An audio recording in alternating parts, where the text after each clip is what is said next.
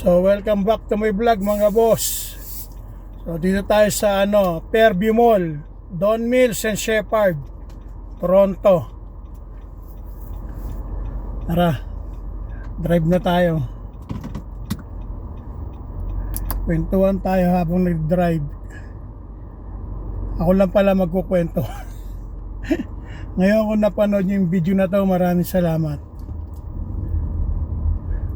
Tawirin muna natin yung mga tumatawid. Oh, to electric bike Daming tao ngayon dito sa mall. Maraming tao ngayon sa mall kasi Sabado. So ganyan ang libangan ngayon dito. Kahit nung araw, tagal na yung ganyan. Kahit sa Pilipinas naman, di ba? Nagmo-mall yung mga tao. Yan kailangan magbigayan. So dahil nga iba-ibang lahi rito, pag yung iba high blood, parang sa Pilipinas din, di ba? Nagalit yung iba, walang bigayan sa pagdadrive So tulad yan may disabled na tumatawid. Ginamit ko yung cellphone ko kasi hindi mahinang nila lang yung dashcam ko, tsaka cellphone ang ginagamit kong pang vlog. So paulit-ulit sinabi ko na yan sa ibang vlog ko. Naglilibang lang ako mag vlog yan. Sinasabi ko yung totoo. So hindi tayo nagpapakalat ng fake news. So nag-aral pala ako mag-drive ng driving school dito sa Toronto nung araw. Tapos may certificate ako para bumaba yung car insurance ko. Yan, sinishare ko lang sa inyo yung mga kaalaman ko. So ganyan bull na kasi isahan lang yung labasan, Yun muna tayong tubig na may ice. Wala na yung coke natunaw na, kaya tubig na lang may ice yan. Kaya bigaya pagbigyan mo na yan yung apam natin. Yan, businahan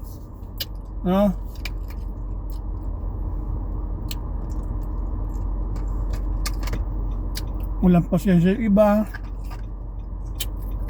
Yung iba,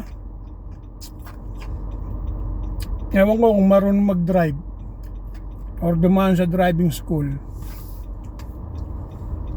Iba kasi ibang lahi, sisingitan ka na lang pag nagda-drive ka bigla kang kakat. Katulad sa Pilipinas nga may mga tarantado ring driver,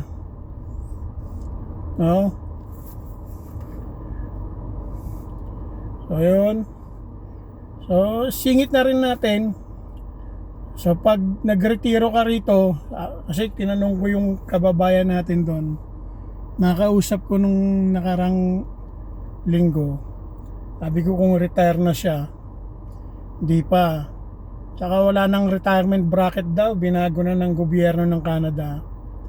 Hanggang gusto mo magtrabaho, hanggang 100 years old magtrabaho ka, pwede. Sabi niya. So yun, nakwento niya sa akin kasi yung mga auntie ng misis ko, ang kamag-anak ng misis ko, retiro na. Retiro. Tsaka yung biyanang ko nagretiro, 65. Yan. So may pension, hindi naman gaano kalaki yan, matagal din nagtrabaho. 15 years sa trabaho sa Walmart, pero nagtrabaho rin sa ibang kumpanya. Biyanang ko na yan sinishare ko. Malit lang din ang nakukuha, sapat lang pambayad ng mga bills. Meron naman yung isang auntie ng misis ko, malaki nakukuha, matagal nagtrabaho yun kasi 1980 pa nandito I think 1970 yata bago mag 80s, palagi mga 77 sila yung nauna rito. Tapos dinala yung mga kapatid, Yun nga, mga kamag-anak. So dumami yung kamag-anak ng misis ko rito. Pero ako wala akong kamag-anak dito. Misis ko marami. No? So hindi pareho ang pensyon na nakukuha, yung retirement money, ha. Sinishare ko lang, may malaki, may maliit. So ganun din yung sabi ng iba. Malaki raw yung retirement money nila. Hindi ko na babanggitin kung magkano. Diba? Tulad niya, no, nag-aaway-away sa ano. Ayan, no, inubusin na, naka-block yung ano, mamadali. Oh. Ayaw magbigayan eh, binusinahan ko rin. Abusado nga yung iba eh. Yan na, wala tayo sa retirement money. No, yung pension na yan, sa gobyerno ng Canada. Yung iba may malaki, may maliit. Depende kung anong klaseng trabaho mo, kung nakailang taong ka, kung magkano yung contribution mo, no, sa gobyerno ng Canada, magkano yung nahulog mo, ilang taong ka nagtrabaho. Kaya hindi pare-pareho yung retirement money. Kaya yung kaalaman ko, sinishare ko lang. Habang nagdadrive tayo, nagkukwento ako, naka-video yan. Kasi nga marami ngayong mga lokong driver eh, katulad no, binusinahan ko rin, ayaw magbigay. Pag may stop sign pala, ma-share ko lang din. No, pag sa stop sign, ito ka 5 seconds, bilang ka, tapos ikaw na, bigayan kayo. Yung iba ayaw magbigay. So, halo-halo na yung kwento ko, ha. Driving tsaka retirement money, ha. So, sinishare ko lang kaalaman ko, ha. Kasi nag-driving school nga ako rito, eh. So, Don Mills na to. So, madalas ako dyan sa Fairview Mall nung araw. At kahit naman ngayon, kasi nga yung mga anak ko nagpapadrive mga boss ko. No? May anak akong isa nagdadrive, i-share ko rin. Sabi ko, mag-drive ka, lagyan mo ng gasolina.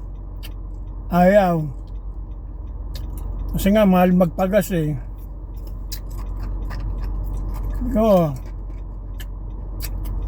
mag-drive ka, pag gasolina mo sa sasakyan. Ayaw, gusto ko mag-drive. So nakakatipid nga siya kung magpapagas. Akin yung car maintenance. Diba ang utak ng anak ko. Pero bibili siya sarili ng sasakyan. Kasi maganda rin yung sabi namin. Teenager pa kasi. Teenager kong anak na yon, wala pang 18, 17 pa lang. So bibili siya sarili ng sasakyan, used car. Kakas namin para wala kaming monthly sa Facebook Marketplace namin bibili na. Ayan, ha. Cash siya. Kasi yung iba inutang. Meron car loan, car financing, meron namang nire-rent lang sa sasakyan. Lease car ang tawag, lease car. Merong rent to own dati na sasakyan. No, pag rent to own, kasi ginawa ko na rent to own yung sasakyan, yung kotse. May buyback yun, bibili mo kung magkano pa yung value ng sasakyan. Yun. Ayun ang pagkakaalam ko, ha. So sinishare ko lang kaalaman ko. So yan, medyo ano ngayon, yung mga driver ngayon eh, mainitin ang ulo. Summer kasi. Saka maraming road construction ngayon pag summer. So, sinishare ko lang itong mga vlog ko for family vlog. Saka for my safety na rin habang nagda-drive. Tulad niyan, maraming mga loko rin dito, hindi lang naman dito, kahit sa mundo, kahit sa bansa pala, yung mga loko, no. Kaya maganda may video ka, may dashcam ka, no. bablog mo na, bibidyo mo yung mga nangyayari sa paligid mo. Ayan, gagawin natin thumbnail yan. So nung araw wala yung mga condo na yan, bagong dating ako rito. So matagal na po ako sa Canada, so hindi pa uso ang technology na yan, yung mga Facebook na yan, yung iPhone wala pa yan. Pero naabutan ko yung mga cellphone, yung malalaki, pangkaskas ng yelo. Ito vintage car yan, oh. So pag summer lumalabas yung mga vintage car, no, yung mga car collector yan, nagda-drive. So ganyan po ang buhay natin dito sa Toronto, Canada. So pag nag-drive ka, mas magastos yan. Pag wala ka namang kotse, pag bus ka, pag taxi ka, ngayon may Uber na eh. Dati yung transportasyon dito sa Toronto, pahirapan talaga. Ngayon may Uber na. Hindi ko lang tong ano ko, ice tubig. Napapaus na ako.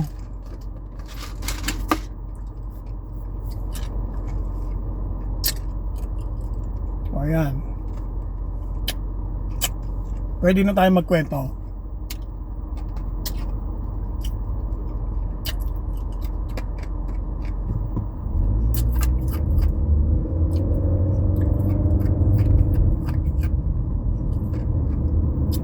Napapanguya pa ako ng ice. Sarap. So pag sobrang init na pala, no, nakakahilo rin. Matanda na kasi ako. Hindi ko na kaya, baka ma-heat stroke ako. So nung umuwi ako ng Philippines noong 2024, sobrang init. Di ba? Summer yon. Halos ilang buwan rin, 3 weeks ako doon. Sobrang init, di ako makapasyal ah. Tula ako sa aircon ng bahay. So malapit kami sa mall.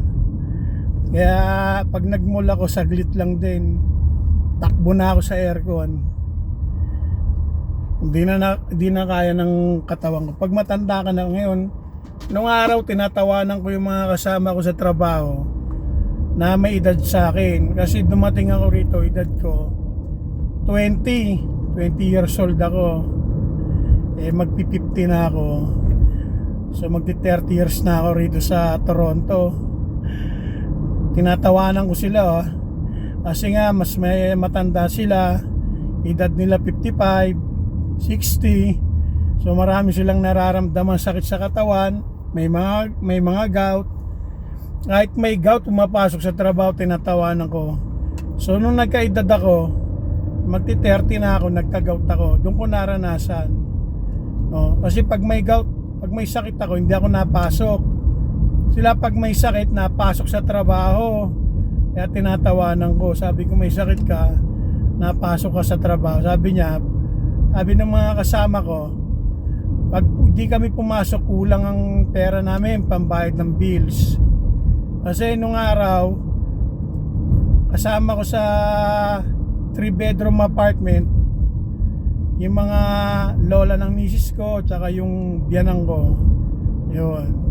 Kaya hati-hati kami sa rent. Medyo paldo-paldo pa ako, no. Good credit pa. Ngayon bad credit na. So yan ang kwento ng buhay ko. Pag meron ka mga ka-share sa rent, yan medyo okay ka. Medyo may pera ka. Kasi nagpapadala ako sa magulang ko noon eh. So nakarating ako rito, gastos ng magulang ko, ng nanay tatay ko, lahat. Mga pamasahe, yun, pati yung perang pang sponsor, gastos ng magulang ko. Lahat, pati, kasi, ma-share ko lang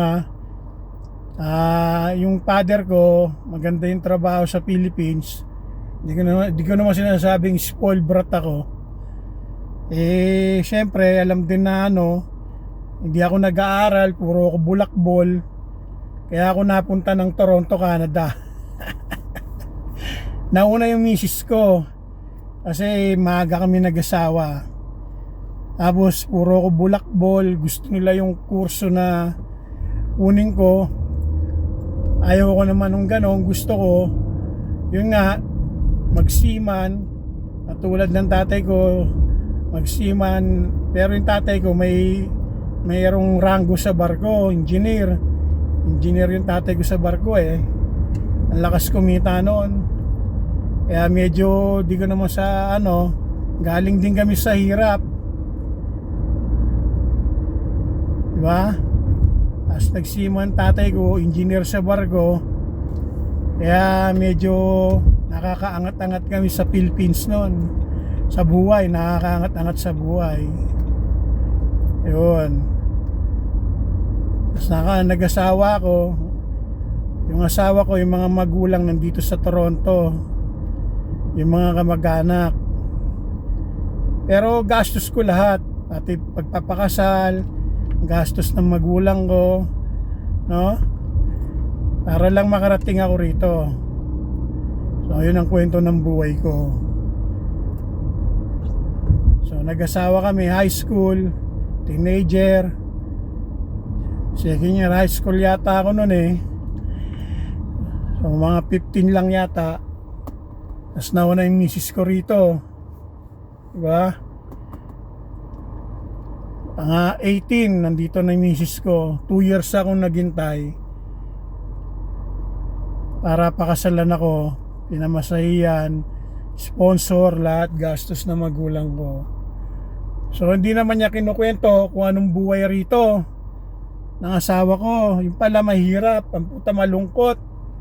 1 week pa lang ako rito sa Toronto, gusto ko na umuwi Pilipinas. Kasi nung araw, konti ang tao rito Hindi katulad ngayon, sobrang dami na. Tsaka yung bus matagal yan. Ngayon sobrang dami na. 1990s ako nandito sa Toronto. 1 week pa lang gusto ko na umuwi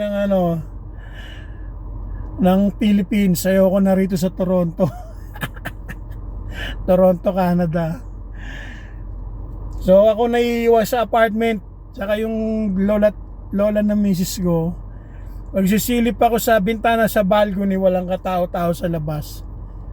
Lumaki ako sa Manila, di ba? Lumaki ako sa squatter area. Masayahin tao ako. Alam mo yung kulturang Pilipino, paglabas mo may kausap ka na. So iba pala yung dito sa Toronto, Canada. So ganun din yung nangyari sa mga nakasama ko sa trabaho. Meron silang pamilya, dinala rito, ayaw sa Canada. Umuwi yung mga anak sa Philippines kasi nga mas masaya daw sa Pilipinas. Yun ay gumastos pa. Yung isang kasama ko gumastos ng immigration lawyer. Overage yung anak. Dinala rito sa Toronto, Canada. Siguro 2 anak niya, ginastosan niya yun, makarating lang dito. So pagdating dito nung anak, ayaw. Di ba? Pati yung asawa, iniwan siya ng asawa, umuwi ng Pilipinas. Kasi nga naman, overage yung anak, may mga gandang trabaho sa Philippines. Tas dito, back to zero ka. So ganyan ang buhay dito sa Toronto. Kung gusto mo ng saya, ikaw maghanap ng saya. Yan, mag-aral kang magsugal, mag-aral kang magbisyo. Ayan, ginawa ko rin yan dito sa Toronto, Canada. So nagsusugal ako, nagkakasino ako noon, tsaka karera ng kabayo doon sa Woodbine, tapos sa airport, Highway 427 yata. Tsaka mga pangarap ko talaga mag-drive agad. Kasi yung trabaho ko kung saan nag-agency ako, pinasok ako ng mga Pilipino, nakakausap ko sa bus. Yun. Kaya sabi ko, gusto ko na mag-drive. Nagka-carpool ako, nagbabayad ako. Sa mga Pilipino, ay sasakay lang ako. Kaya sabi ko sa sarili ko, ang layo na nilalakad ko anong araw. Stills to Highway 7, wala pang bus na yan. May pumapasok na bus na TTC. Yung mga TTC na yon, double fare yon. Wala pa yung Viva bus tsaka YRT bus. Ngayon big development na sa Highway 7, Richmond Hill hanggang doon sa Aurora New Market. Nung araw pahirapan talaga. So yan ang kwento ng buhay ko habang nagda-drive tayo ngayon. Yan, sinishare ko lang yung mga kwento na totoo ha. Walang halong fake news. Ewan ko lang iba. Kasi yung iba mayaman na daw eh. Meron namang yumaman, nag-investment sa Pilipinas, no? Nagsipag dito sa Toronto, Canada. Tapos dinala lang yung mga kapatid, kamag-anak, ganyan. Pabalik-balik. Yan. Pag ganun ginagawa mo, magastos yun. Kasi may kilala akong ganyan. Ba, masenso. O, travel and travel, magastos. Napapakasarap sa buhay. Gamit ang credit card. Ang importante daw, maayos ang credit score mo. Okay, yun. Ayan ang importante, yung credit score. Tiwala sila magpautang sa'yo. Kasi yung iba, nag-investment sa Pilipinas, uutang yan dito, gamit ang line of credit yung iba eh. Yung kasama ko nga, line of credit eh. Tapos pinupuhunan doon sa Philippines. No, nagawang negosyo, nag-investment doon. Nagpatayo ng mga bahay ng paupahan. Tapos nandito sa Toronto ang ano niya, trabaho niya. Yun. At basta mayroong kang katiwala o katiwaldas yung mga investment mo doon, okay yun. Mayroon din akong kasama sa trabaho, nag-investment sa Pilipinas, naloko ng mga kapatid, kamag-anak, no? Ganyan ang istorya ng iba. Ayan ay true story. Mga nakasama ko sa trabaho. So yung iba, ang kasama ko sa trabaho, lumipat na. Yung mga kumpare ko, lumipat na. No, nung araw, masaya. Ngayon, malungkot na kasi nagbabago rin tao. Nagmo-move on. Iba nasa Alberta. Yan. Yung iba nasa Aurora New Market, naka house loan, naka car loan, pero sabi nila nakabili raw ng bahay. So, ganyan ang kwento rito sa Toronto, Canada. Yung iba nasa Mississauga. So yan ay totoong kwento dahil sila ay nakasama ko sa trabaho. Yung iba may cottage pa, yung iba para makatipid nag-building superintendent. So yung rent, no, nakakaluwag-luwag ka sa renta pag ikaw ay building superintendent dito sa Toronto. So ganun ang ginagawa ng mga kasama ko sa trabaho. Building superintendent sa umaga, panggabi sa trabaho. So dalawa trabaho nila. Pera pa yung trabaho ng asawa nila, tsaka yung mga anak. So yun, makakaipon ka pag ganun diskarte mo. Kailangan madiskarte ka rito sa Toronto, Canada, no? Pero pagod naman sa trabaho yun. Building superintendent yung kasama ko. Tapos panggabi kami, sa factory kami ng mga sasakyan, mabigat, no? So malapit na tayo. Ihinto tayo sa Burger King. Tambay Burger King tayo. Dito nakakaasar dito. Ilagyan ng bus lane. So tumatawag yung misis ko. Tapusin ko na yung vlog na to. Hanggang dito na lang. Thank you for watching my vlog. At hihinto na rin ako rin sa Burger King eh. Doon kukuha lang ako ng drink. Okay guys, thank you for watching my vlog. Tapusin ko na tong vlog ko. Bye muna. Like if you like, subscribe kung gusto nyo, and God bless everyone.